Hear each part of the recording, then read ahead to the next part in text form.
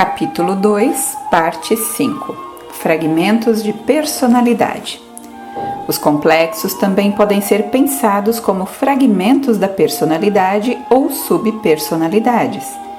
A personalidade de todo e qualquer adulto é vulnerável, em certa medida, à desintegração porque construída de grandes e pequenos fragmentos.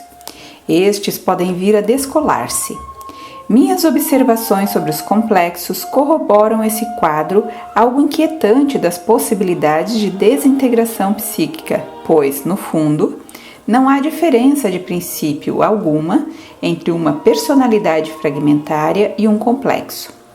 Ambos têm em comum características essenciais e, em ambos os casos, coloca-se também a delicada questão da consciência fragmentada. As personalidades fragmentárias possuem, sem dúvida, uma consciência própria, mas a questão de saber se fragmentos psíquicos tão diminutos quanto os complexos também são capazes de ter consciência própria ainda não resolvida. Jung está levantando aqui uma importante, mas extremamente sutil questão sobre as diferenças entre dissociação normal, distúrbios dissociativos mais severos e distúrbio da personalidade múltipla. Todo ser humano pode dissociar e, de fato, dissocia de tempos em tempos, no sentido de experimentar alterações moderadas dos estados de consciência ou de se separar de uma experiência traumática a fim de continuar funcionando. Estar em complexo é em si mesmo um estado de dissociação. A consciência do ego é perturbada e, dependendo da extensão da perturbação, pode ser lançada num estado de considerável desorientação e confusão. Uma vez que os complexos possuem um tipo de consciência independente, uma pessoa que está em complexo encontra-se como se estivesse na posse de uma personalidade alheia. No distúrbio da personalidade múltipla, esses vários estados de consciência não são mantidos juntos por uma consciência unificadora, e o ego é incapaz de transpor o espaço psíquico existente entre as peças. Nesse caso, o ego está restrito a fragmentos de consciência, enquanto que cada um dos outros complexos possui uma espécie de ego próprio, cada um deles operando de modo mais ou menos independente. Cada um tem sua identidade própria e até o seu próprio tipo de controle sobre as funções somáticas.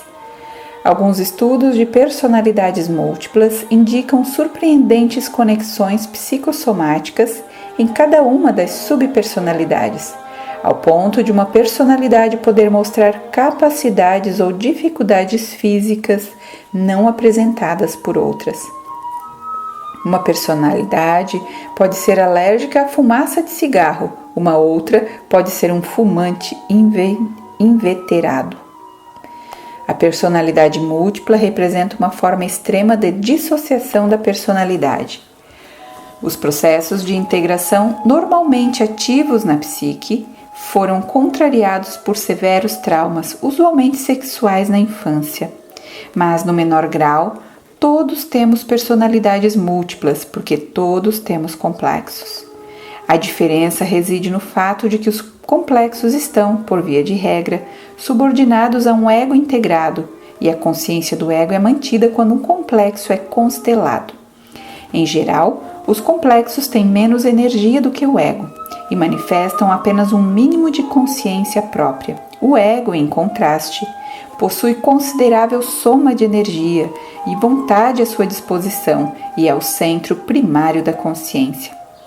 Embora o ego seja responsável por grande parte do que chamamos motivação e propósito, os outros complexos também parecem ter propósito e vontade à parte.